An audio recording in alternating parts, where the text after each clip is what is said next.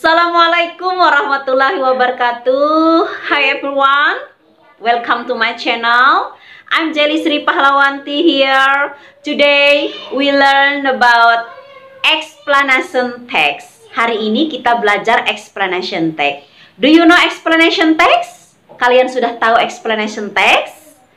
Nah, kalian kan pernah menjelaskan tentang terjadinya gempa bumi, banjir, longsor, and etc. Ya, you have knowledge about that.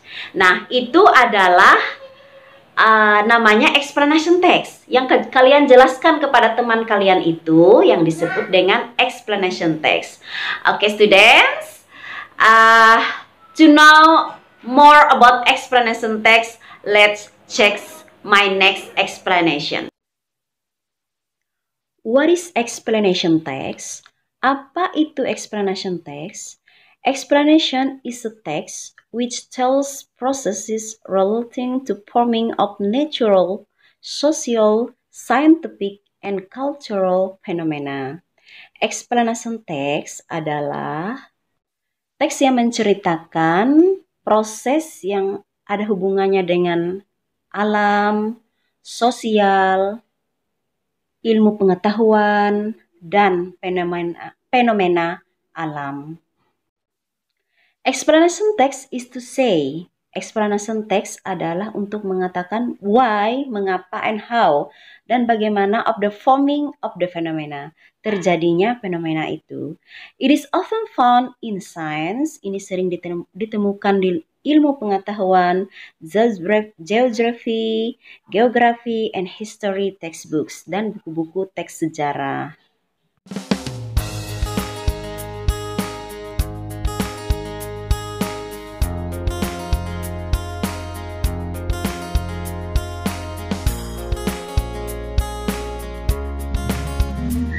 The characteristics of explanation text.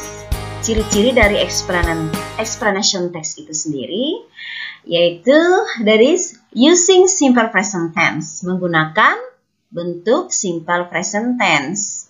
This text is using simple present tense because teks ini menggunakan simple present tense karena this text explain about the fact. Karena teks ini menjelaskan tentang fakta.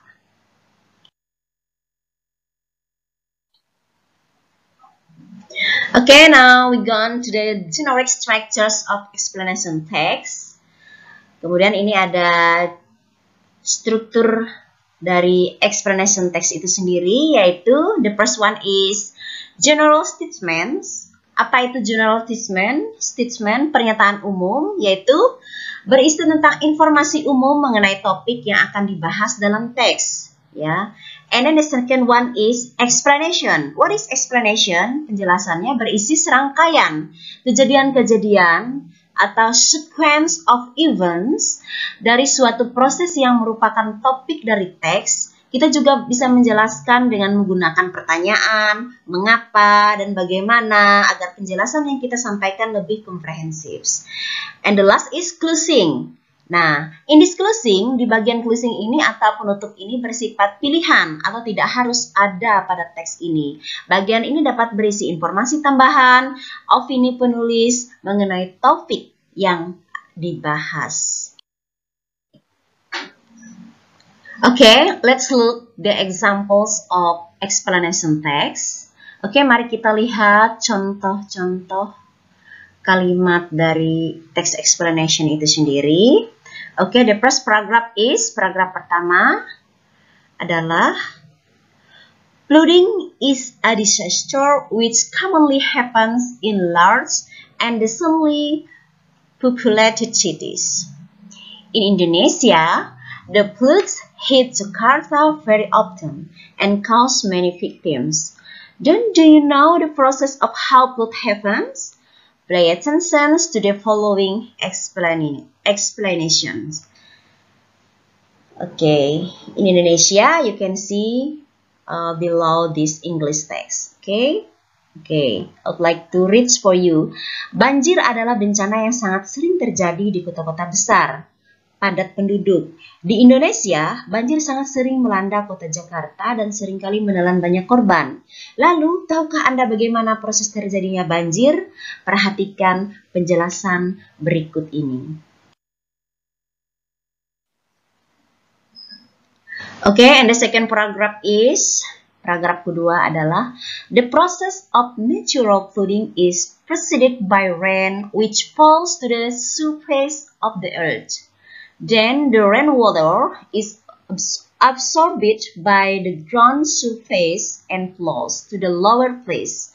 Once that condition happens, evaporation and water appear to the surface of the land. Flooding can be disastrous for humans when floods happen in an area that people live because the water carries along objects like houses, bridges, cars, furniture, and even people. Oke, proses terjadinya banjir secara alamiah itu diawali dengan turunnya hujan yang jatuh ke permukaan bumi. Kemudian air hujan tersebut masuk ke permukaan tanah dan mengalir ke tempat yang lebih rendah.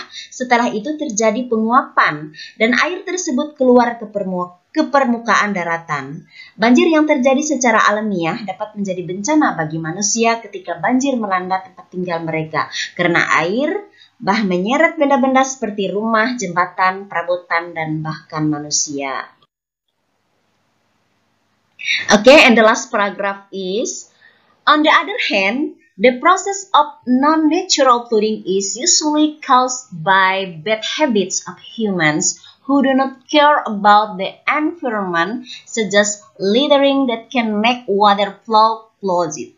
This makes the water deposit in landfills, which gradually becomes more common. When water reservoirs can no longer hold water discharge, the water then overflows out the land and cause flooding.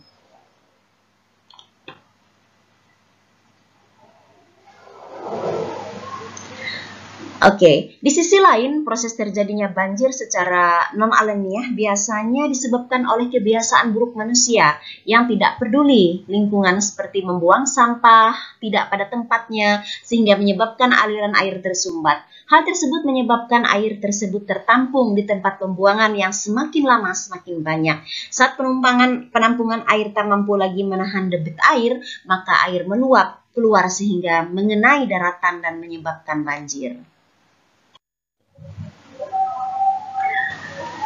Okay, the next examples of explanation text. Let's hear this text. In Indonesia, we're very familiar with the word tsunami. This natural disaster has ever killed thousands of lives in Banda Aceh a few years ago. Indonesia mourned the word mourned. Then, how the tsunami happens? Here is a brief explanation of the process of how the Asian tsunami happens. Tsunamis can occur if there is a phenomenon which causes the displacement of large amounts of water in the ocean, such as volcanic eruptions, earthquakes, landslides, and meteors that fall to the earth. However, 90% of tsunamis is the result of underwater earthquakes. Vertical movement in the earth's crust in the bottom of the ocean causes a sudden up or down movement of sea floor, which then causes the water balance disorders above it. This disturbance causes the occurrence of the flow of the massive sea water energy, that once it reaches the shore, it becomes huge waves resulting tsunami. Okay, students, we discuss again about this text. Okay, you can see there are 3 paragraphs with different colors from this text ya. Ada 3 paragraf di sini. Okay, it's discuss about tsunami ya. Now you can see from the general statement dari pernyataan umum from the first paragraph.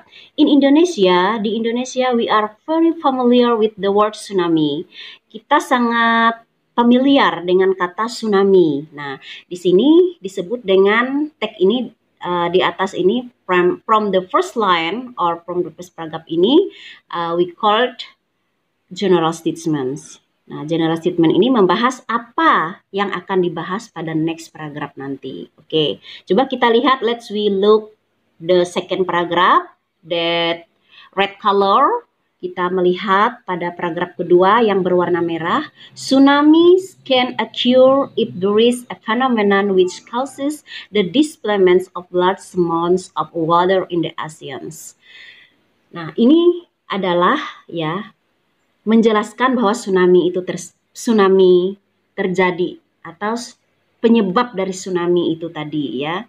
Jadi ini namanya explanation ya, menjelaskan penyebab dari why the tsunami happens. Oke. And the last paragraph, the purple color ya, warna ungu, itu kita melihat vertical movement in the earth cross in the bottom of the ocean causes a sudden up or down movement of seafloor. Nah, ini adalah bisa kita sebut dengan closing atau tambahan gagasan dari penulis tersebut. Okay, so this text called explanation text ya. Teks inilah yang disebut dengan teks eksplanasi atau teks penjelasan dari terjadinya tsunami. Kita bisa membuat contoh teks banjir, gempa bumi, and etc. ya. Nah, bisa kita lihat contoh seperti teks ini. Dan teks ini memakai rumus, membuat teks ini memakai rumus simple present tense. Why we use present tense? Mengapa kita memakai present tense atau simple present tense ya, bentuk sederhana dari rumus bahasa Inggris? Karena kita explain about fact ya, menjelaskan tentang fakta. Nah, itu kita lihat rumusnya tuh ada subject, verb one ya, object. Misalnya subjeknya we are very familiar in Indonesia ya. We are very familiar with the word tsunami. We are di situ. Nah, kita melihat di we are di first paragraph itu ya, itu namanya simple present tense. Ya, bentuk sederhana. We are very familiar with the word. We are, itu ada subjek, ada to be, objeknya. Oke. Nah, kita selalu menggunakan simple present. Oke, di mana lagi kita menemukan simple present? This natural disaster has ever killed thousands of lives. Nah, so for making this paragraph, we always use simple present tense.